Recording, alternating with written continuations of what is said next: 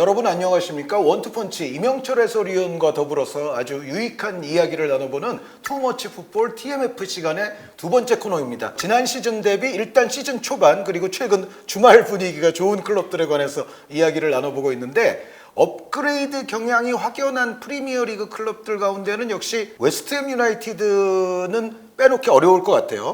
웨스트햄 유나이티드도 상승세가 좋죠. 물론 이제 맨체스터 시티에게 패배하긴 했지만 제레미 도쿠의 후반 1분 만에 골이 나오기 전까지는 네. 웨스트햄이 진짜 맨시티를 잡을 뻔했던 내용이었거든요. 그리고 그 전까지 웨스트햄이 3승 1무 계속 좋은 성적을 리그에서 내고 있었는데 지난 시즌 컨퍼런스 리그 우승에 가려져서 그렇지 리그에서 마지막까지 강등권 싸움을 했던 팀이 웨스트햄이거든요. 그러니까요. 네. 네. 그런데 모이스 감독은 그대로고 주장 라이스는 아스날로 떠났는데도 불구하고 네. 오히려 리그 성적은 웨스트햄이 지난 시즌과 비교했을 때 확연히 정말 많이 올라와 있는 올 시즌입니다. 토트넘이 지난 시간에 그 얘기를 사실 조금 빼놓았는데 해리 케인이라는 선수가 나갔잖아요. 네. 그런데 거의 팀의 많은 부분을 책임지고 있던 선수가 나갔는데 토트넘이 잘 잘 되잖아요. 나가니까, 네. 그럼 이제 웨스트햄은 데클란 라이스 선수가 억제기였습니까? 이제 네. 이런 그러니까 큰 선수들이 나갔는데 오히려 팀 전체로서는 좀 더 좋아진다.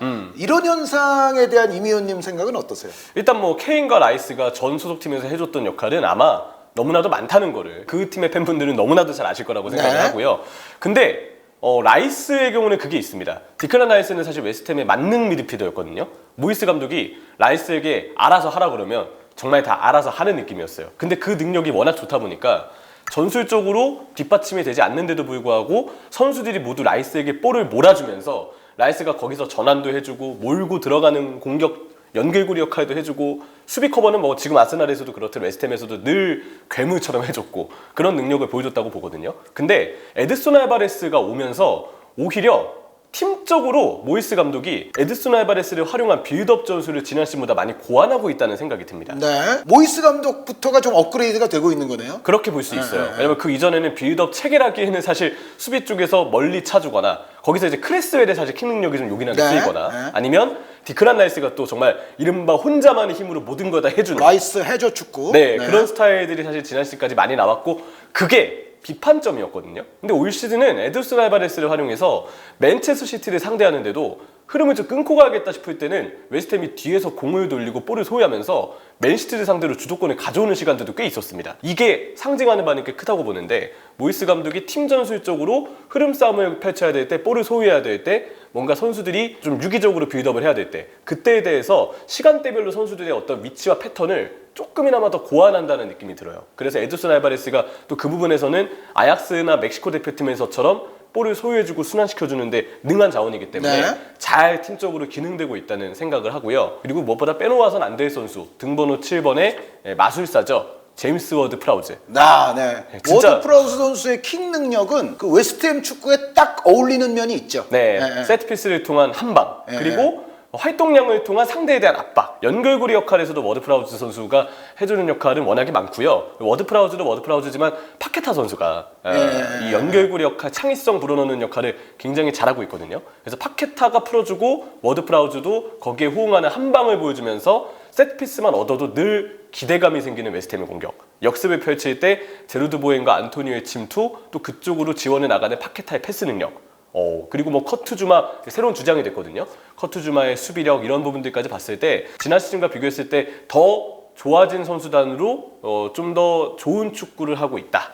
좋은 결과를 내고 있다고 초반 분위기를 볼 수 있겠습니다. 그 연관지어서 여쭤보면 전술과 체계적인 움직임보다는 어떤 선수 개인에 대한 의존도가 좀 큰 거에서 오히려 지금은 조직적으로 좀 더 좋은 쪽으로 이제 탈피를 한다는 말씀을 해주셨는데 약간 케인 선수도 좀 유사한 성격은 있지 않나요? 맞습니다. 네. 케인도 정말 압도적인 개인 능력을 지녔고 누가 봐도 정말 무기가 많은 공격수잖아요. 그래서 오히려 전개하는 과정에서 공격수인데도 케인이 희생해야 되는 상황이 많았고 케인이 풀어줘야만 토트넘의 공격이 다음 과정으로 넘어가는 경우들이 사실 많았거든요. 근데 지금은 케인이 나간 다음에 포스테코글루 감독이 프리시즌 때부터 계속 기용을 하고 실험을 했던 거지만 케인이 없는 상황에서의 준비를 상당히 잘한 것 같아요. 중간 연결고리 역할, 원래 케인이 내려와서 해주던 역할을 원래 그 위치에 상충되는 메디슨이 해주고 상대 수비를 눌러주는 최전방의 역할은 지금 손흥민 선수가 끊임없이 자리를 비우지 않고 상대를 눌러주고 또 상황에 따라서는 손흥민 선수가 넓게 이동해주면서 연계에도 관여가 되어주거든요. 네, 그러니까 케인 선수가 하는 역할을 뭐 손흥민 선수, 메디슨 선수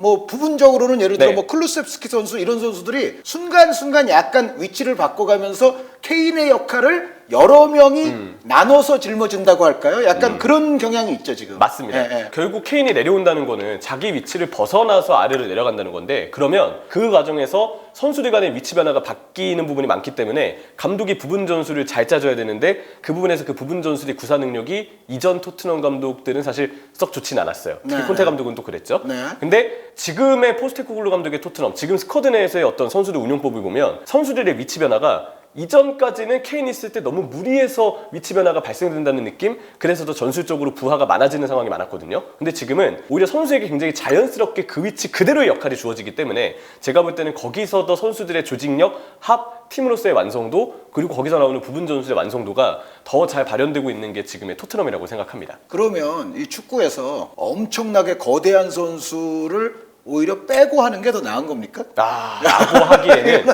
축구는 결국 해저가 있어야 돼요. 네. 해저는 있어야 된다. 에이스가 있어야 된다. 예, 예, 예, 결국 이제 팀이 또 위기에 봉착을 하게 되면 그 개인 능력 좋았던 선수에 대한 그리움이 가장 먼저 떠오를 수밖에 없거든요. 근데 이제 어떤 선수, 어떤 크기의 선수가 있든지 간에 결국은 팀의 시스템이 그래서 중요한 거겠죠.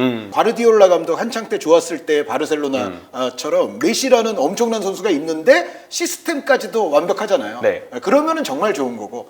그런데 큰 선수가 있는 팀은 또 시스템은 좀 엉망이에요. 그런 상황이면 차라리 시스템 쪽이 좀 나은 면이 있지 않나요? 맞습니다. 그걸 또 보여주는 팀이 브라이튼이잖아요. 네, 그래서 오히려 선수 변화에 대해서 능동적으로 대응할 줄 아는 팀이 지금의 브라이튼이죠. 그것이 시스템의 힘이고 팀적으로 안정감을 가져다주는 전력의 이유가 좀 되는 거라고 생각을 하고요. 반대로 케인이 이제 새롭게 간 바이에른 뮌헨이 오히려 약간 케인에게 중앙 연계를 의존하다시피 하는 모습이 제가 볼 땐 좀 있는 것 같아요.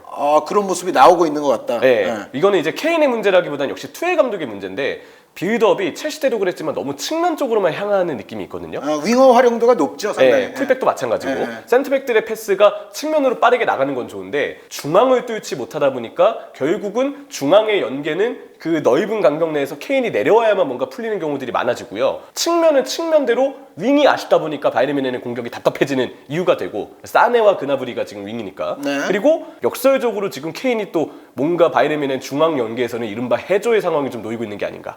그래서 약간 고립되는 상황들이 경기를 보면 많이 느껴지는 것도 사실입니다. 네, 그리고 이제 바이에른 뮌헨 사이드 말씀이 이왕 나왔으니까 마티스텔 선수가 괜찮아 보이지 않으세요? 맞습니다. 저는 오히려 테일 선수를 측면에 기용해보는 것도 괜찮을 것 같거든요. 케인과의 공조는 뭐 메넨글라트바흐전에서도 물론 교체로 어떻게든 극단적으로 공격을 해야 됐던 상황이니까 갖춰진 상황이긴 했지만, 어쨌든 그런 테일 선수의 최근의 폼, 움직임, 드리블 능력을 봤을 때 윙기용도 제가 보기에도 꽤 괜찮을 것 같다는 생각이 듭니다. 네, 특히 이제 바이에른 뮌헨 기존의 윙으로 나오는 선수들이 좀 저조한 흐름이 이어질 때는 과감하게 그냥 마티스텔 선수로 가는 게 어떨까라고 저도 생각이 되는데, 자연스럽게 지금 분데스리가의 바이에른 뮌헨 이야기로 넘어왔는데, 김현민 기자와 이야기할 때 이제 레버쿠젠 올 시즌 우승 가능성이 충분한 팀이다라는 얘기를 했었어요. 그런데 어쨌든 두 팀이 맞대결에서 무승부를 거뒀으니까 레버쿠젠 우승 후보설은 아직까지 살아있는 것 같은데. 유효하죠. 네, 그런데 레버쿠젠이야말로 지난 시즌 대비 올 시즌 더 업그레이드된 팀이 틀림이 없어 보이는데, 그 레버쿠젠의 업그레이드에 대해서도 이명철 해설위원의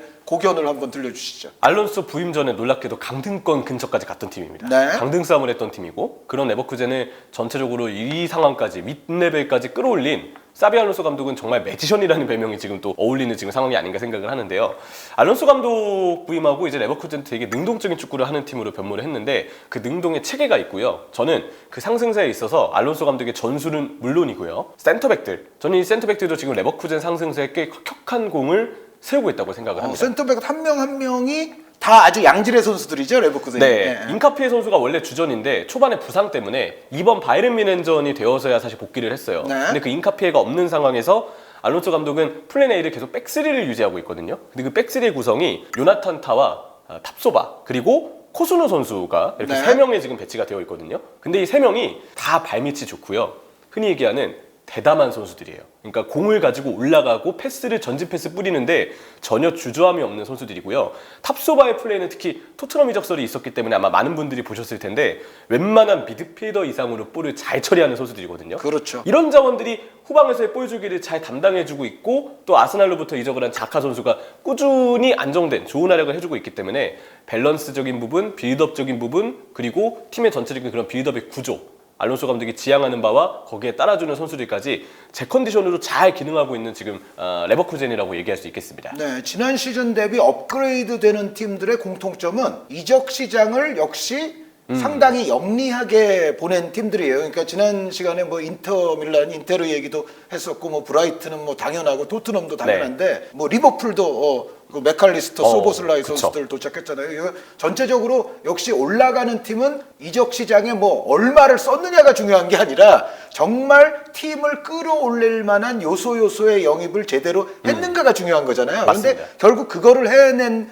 팀들인데 레버쿠젠도 사실은 그렇죠. 그러니까 디아비 선수라는 가장 폭발적인 공격의 거의 에이스 같은 선수가 떠났고 여기에 또 미첼 바코 선수 네. 나갔죠. 뭐 데미르바이 같은 선수도 나갔죠. 한데 온 선수들을 보면 너무 괜찮은 거예요. 잘 데려왔어요. 이게 보니페이스 선수가 왔고 요나스 호프만 선수가 네. 왔는데 또 자카 선수가 왔는데 여기에 그리말도 선수가 왼쪽 또 풀백이죠. 왔거든요. 네. 그래서 여기도 상당히 영리하게 영입이 잘 됐구나라는 걸 딱 이름만 봐도 대충 알 수가 있는데 실제적으로 이 선수들을 꿰 맞추는 그 알론소 감독의 또 제주 원래 이제 다 계획이 있었겠죠. 네, 이러이러한 성향의 선수들, 이러이러한 퀄리티의 선수들이라면 나간 선수들 자리를 충분히 메울 수 있다라는 아마 보관이 있었을 것이고 그렇게 해서 맞아떨어지는 지금 움직임을 보게 되면 이적 시장 잘 보내는 거는 역시 굉장히 중요한 일이다. 그리고 전체적으로 팀의 시스템을 잘 잡아 놓으면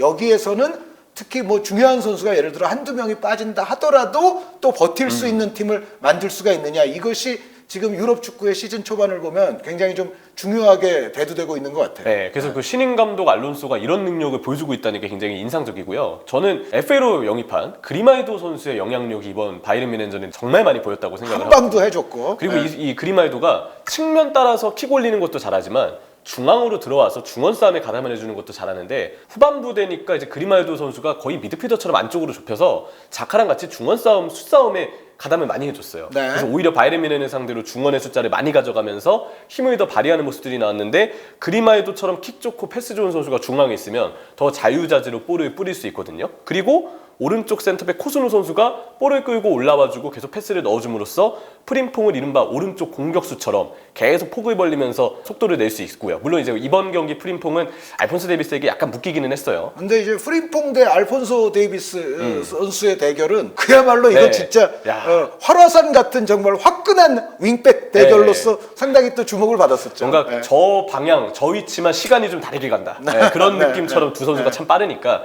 근데 프림퐁도 그 이전까지의 활약도를 보면 이 부분에서의 부분 전술도 지금 알론소 감독이 되게 잘 맞춰놓고 있다는 생각이 들고요. 호프만 비르츠는 뭐 워낙에 턴도 좋고 연결고리 역할 창의성까지 굉장히 좋은 선수들인데 특히 지금 보니페이스 선수의 최전방에서의 능력이 좋거든요. 운반자라고 되게 당돌하고 저돌적이고 결정력이 조금 아쉽기는 해요. 아직 경험이 좀 부족하고 슈팅할 때 의욕이 앞서는 건지 힘이 좀 약간 이제 그 마지막 처리 시에 둔탁함이 좀 있죠. 힘이 좀 많이 들어가는 것 같아요. 근데 그 이전까지의 내용을 보면 연계나 신체 능력 활용하는 드리블 되게 눈을 또 즐겁게 해주는 보니페이스의 그 스타일이 있어서 이 부분에서도 되게 저는 긍정적인 부분이 많다고 봤거든요. 근데 레버쿠젠의 우려점이라고 한다면 제가 제일 먼저 떠오르는 건 결국 센터백의 기복입니다. 요나탄 타 선수는 사실 그 기복이 꽤 많은 스타일이고요. 네. 탑소바 선수는 빌드업을 정말 잘하지만 탑소바 선수도 이번 바이에른 뮌헨전은 중간중간 잔실수가 있었고 예. 간간히 대인 수비 때 좀 아쉬움이 드러날 때가 있어요. 그리고 코스누 선수는 사실 빌드업과 뭐 수비 올 시즌 계속 좋은 모습을 보여주고 있는데 예. 사실 코스누 선수가 지난 시즌까지 잔실수가 많았거든요. 이 선수들이 올 시즌은 다 잘해주고 있는데 이 상승세가 과연 일시적일 것이냐 오래 갈 것이냐. 일시적이면 언젠가는 또 원래 잔실수가 나온다는 건데 그러면 그 잔실수 때문에 수비가 조금 불안해질 수 있는 레버쿠젠이라고 보이고 그래서 부상 복귀하는 인카피에 선수가 또 잘해줘야 될 거라고 생각을 하고요. 그리고 전체적으로 지금까지 레버쿠젠의 센터백진이 공중볼이 좀 아쉽거든요. 셋피스 때 약간 위험 요소를 노출하는 경우들이 있어요. 이 약점을 또 최소화하는 것도 잔여 시즌 레버쿠젠이 더더더 나아가기 위해서 역시 생각해봐야 될 고민거리라고 보고 있습니다. 네, 워낙에 바이에른 뮌헨이 분데스리가에서는 11년 연속 우승을 했기 때문에 12번까지는 누가 좀 막아줬으면 좋겠다라는 생각들이 뮌헨 팬분들을 제외하고는 아마 있기는 있거든요. 맞아요. 네, 그 주인공이 과연 이제 레버쿠젠이 될 수 있느냐를 한번 지켜보는 것도 흥미로울 것 같고, 마지막으로는 제 생각에는 이 팀은 확연한 지금 업그레이드가 됐는지는 잘 모르겠는데 한 경기는 업그레이드가 확실히 됐어요. 그런데 이제 야. 주말 이제 뭐 네. 제가 중계한 경기이긴 하지만 바르셀로나가 베티스에게 이제 5골을 퍼부으면서 이제 승리를 거뒀는데, 가장 역시 이 경기의 화제는 더블 조앙 펠릭스와 조앙 칸셀루가 선발로 이제 처음 데뷔를 해서 둘 다 잘했다는 거. 맞습니다. 네, 그래서 과연 이제 이명철 해설위원께 좀 듣고 싶은 거는, 더블 조앙이 분명히 바르셀로나의 일단 첫 경기는 업그레이드된 모습이 있었거든요. 이 지속적인 업그레이드에 아주 좋은 발판이 되면서 그게 가능할 것 같다. 아니다. 여전히 불안하다. 이명철 해설위원 생각을 듣고 싶습니다. 영입생들의 어떤 존재감, 중요성 그 부분에 대해서 지속해서 이제 강조를 드렸는데, 펠릭스와 칸셀루도 더블 주앙도 딱 바르셀로나에 필요했던 프로필들을 채워주는 영입이라고 생각을 합니다. 펠릭스 선수가 뛰는 걸 보니까 저는 펠릭스가 잘하는 것도 잘하는 건데 레반도프스키가 행복해하는 게 많이 보이더라고요. 네, 드디어 네. 발을 좀 맞춰줄 수 있는 동료가 왔구나. 그럼 이제 레반도프스키도 동료와 원투 주고받으면서 본인도 동료를 활용할 수 있고, 펠릭스도 본인이 지원해줄 수 있는 확실한 해결사가 있기 때문에 기술을 마음껏 발휘할 수 있거든요. 그런 부분에서 이번 베티스전에서의 골 장면들도 그렇지만 레반도프스키와 펠릭스의 합작은 앞으로도 쭉 이어지지 않을까라는 부분이 좀 기대가 되고요. 물론 이제 레반도프스키 선수를 돕는 선수들 가운데에는 페드리 선수가 있기는 있었는데, 페드리 선수가 또 미드필더로서 플레이메이커로서 해주는 것과 보다 더 가까운 위치에서 포워드 중에 한 명으로서 펠릭스 선수가 해주는 거는 또 약간 이거는 동선과 질이 좀 다르거든요. 그렇죠. 네, 그래서 레반도프스키 선수에게는 분명히 펠릭스 같은 처진 스트라이커 내지는 약간 윙포워드 같은 그런 선수가 하나가 필요했죠. 네, 그래서 펠릭스의 존재로 인해서 부상 복귀 이후에 페드리가 계속해서 경기를 뛸 수 있는 상황일 때 오히려 페드리에게는 또 다른 역할을 줄 수 있는 거예요. 그리고 그 다른 역할이 중원 밸런스나 빌드업에 있어서 보다 더 바르셀로나에게는 건강한 구조를 만들어줄 수 있을 거라고 저는 생각을 하고요. 바르셀로나의 공격진 구성을 보면 레반도프스키도 그렇고 뭐 페란 토레스도 그렇고 하피나도 그렇지만 누군가가 좀 떠먹여주는 그런 기회 창출을 해줄 수 있는 창의성을 가진 미드필더가 필요하다고 봤는데, 그 부분에서 펠릭스 선수가 바르셀로나 입장에서도 필요한 프로필이었고, 또 펠릭스 입장에서도 이렇게 아기자기하게 동료들과 만들어갈 수 있는 작품이 나올 수 있는 팀, 그런 환경이 사실 펠릭스에게도 주어지는 게 중요했다고 봤거든요. 근데 그 부분에서 바르셀로나는 펠릭스 입장에서도 딱 수요했던 팀의 환경이 아닌가. 동료 구성도 마찬가지고. 그러니까 아틀레티코에 비해서는 좀 더 공격을 많이 네. 하고 펠릭스에게 또 공격을 많이 시켜줄 수 있는 스타일의 팀인 거죠. 그 임대 시절에 첼시와 비교했을 때는 확실히 합을 맞출 수 있는 공격수의 존재가 있기 때문에 그런 부분이 펠릭스에게 이로울 거라고 좀 보고요. 첼시는 하베르츠였나요? 네, 맞습니다. 그렇습니까? 네, 마음이 아프실까봐 얘기를 안 했는데. 네, 그렇군요. 네. 잘 안 봤어요. 첼시 경기, 뭐 지난 시즌에. 네. 어쨌든 그래서 펠릭스 선수가 바르셀로나에서 좀 기대가 되고, 칸셀루는 사실 이 선수는 그라운드 외적인 이슈 때문에 뭔가 안 좋은 시선이 사실 많아지기는 했어요. 근데 그냥 단순히 그 선수가 가진 기량과 풀백 내에서의 보여줄 수 있는 그런 어떤 방향성들을 봤을 때 칸셀루 선수는 여전히 정말 희소하고 희귀하고 그러면서도 영향력이 대단한 풀백으로 저는 봐야 된다고 보거든요. 근데 과르디올라 감독이 사실은 뭐 전술가로서 우리가 다들 뭐 천재 전술가로 잘 알고 있습니다만, 이른바 직업 윤리, 워크 에틱이라든가 그 또 팀의 규율, 디시플린, 이거 굉장히 또 강조하는 감독이거든요. 맞습니다. 그러니까 전술만 하는 사람이 아니에요. 그쵸, 네. 바르셀로나에서는 물론 계속 쭉 중용될 것 같으니까 뭐 별 문제는 없을 것 같은데, 이 선수도 쭉 잘할 수 있을까요? 바르셀로나에서? 저는 일단 칸셀루의 멘탈이 어떨지는 아무도 모를 것 같아요. 이 선수가 정말 예상 밖으로 이런 튀는 행동이 나왔던 게 유벤투스 때도 그랬고 이전에도 마찬가지였기 네. 때문에 그건 함부로 예상할 수 없다. 네. 그건 좀 조심하고 바라봐야 되겠지만, 그라운드 내에서 이 선수가 보여주는 영향력은 나왔다 하면 저는 충분히 계속해서 긍정적인 방향을 이끌 수 있을 거라고 보거든요. 그리고 사실은 그 다니 알베스 선수가 이제 아주 나이 많아져서 잠깐 다시 이제 바르셀로나 네. 유니폼 입었을 때, 다니 알베스 선수가 요즘 그 인버티드 풀백 유행하는 것처럼 미드필드로 와서 미드필드 장악에 도움을 줬기 때문에 사실 그때 바르셀로나가 참 반짝했던 느낌이 있었어요. 근데 알베스 선수가 결국 이제 오래 가기는 힘든 상황이었고 그러다 보니까는 사실은 바르셀로나가 다시 중원 플레이가 좀 제대로 이루어지지 못했거든요. 그런데 칸셀루 선수가 이제 오자마자 거의 또 미드필더처럼 뛰어주기 때문에 미드필더 싸움에서 필요했던 그런 유형의 풀백이 생긴 것이고 여기에 이제 뭐 본인이 또 번뜩이는 또 한 방을 장렬시킬 수 있는 그런 능력까지 있고 여기에 펠릭스 선수는 제가 봤을 때는 최근 바르셀로나가 계속 4 미드필드 그런 구조였잖아요. 그러니까 이제 그쪽에 이제 가비 선수를 가비가 가짜 윙포워드로 쓰지만 사실은 폴스 윙포워드죠. 그러니까 사실상 이제 미드필더가 4명인 건데 그러다 보니까는 오히려 또 공격수가 적어지고 그리고 윙백 쪽에서 그런 인버티드라든지 미드필더적인 다기능적인 역할을 못하니까 그때는 또 중원이 좀 시원찮아지고 그런데 칸셀루가 와서 중원이 보강되고 펠릭스가 와서는 공격이 보강되는 거예요. 이거는 확실히 좋긴 좋은데 여기서 어쨌든 그 더블 주앙에게 갖는 그 마지막 의무는 어쨌든 이게 꾸준할 수 있을 것이냐. 결론적으로는 기량이 우수하고 팀과의 궁합이 잘 맞아 보이기 때문에 오래 갈 것이다. 단 혹시 모를 멘탈 이슈는 조심해라. 그것만큼은 좀 강조를 해야 될 것 같아요. 이전에 그랬던 것처럼. 그러니까 펠릭스 선수도 어떤 때 보면 몇 경기 아주 잘하다가도 확 이상해질 때가 있죠. 그렇죠. 칸셀루는 불만을 또 노골적으로 표출하고 어쨌든 그건 있는데 지금의 어쨌든 이명철 해설위원이 한 줄로 요약해 주신 바르셀로나가 필요했던 프로필에는 이 두 선수가 딱 맞는다. 그리고 저도 말씀을 드렸지만 이 두 선수가 추가가 되고 보니까 전체적인 선수층도 바르셀로나가 꽤 괜찮아 보이거든요. 그렇죠. 거의 뭐 더블 스쿼드 거의 뭐 다 된 것 같고 꽤 괜찮아 보여서 어떻게 보세요? 올 시즌 바르셀로나가 지난 시즌처럼 유럽에서 망신 당한다 안 당한다? 조별리그 조편성은 그래도 좀 수월하게 받았죠. 그런데 조별리그도 사실 잘 받았어요. 맞습니다. 차비 감독이 이제 토너먼트 내에서 상대가 경기 중 전술 대응을 했을 때 거기에 대해서 어떻게 수를 읽고 다시금 변화를 줄 수 있느냐가 사실 요구가 돼야 되는 건데 시험을 치르기 전 상태인 것 같아요. 아직은 모른다. 아직은 모른다. 그러니까 차비 감독이 지금까지 문제가 결국은 그 토너먼트 단계 혹은 2경기만 하는 플레이오프 단계 이런 데서 이제 문제가 벌어진 거 아니에요? 맞습니다. 사실 뭐 스페인 안에서 할 때도 토너먼트 같은 거 걸리면 또 불안해 보였던 게 사실이거든요. 그래서 토너먼트에서까지 잘할지는 모르겠다. 어쨌든 바르셀로나가 강해진 거는 맞다. 그럼요. 팀 컨디션이 되게 좋아졌다고 저는 느꼈습니다.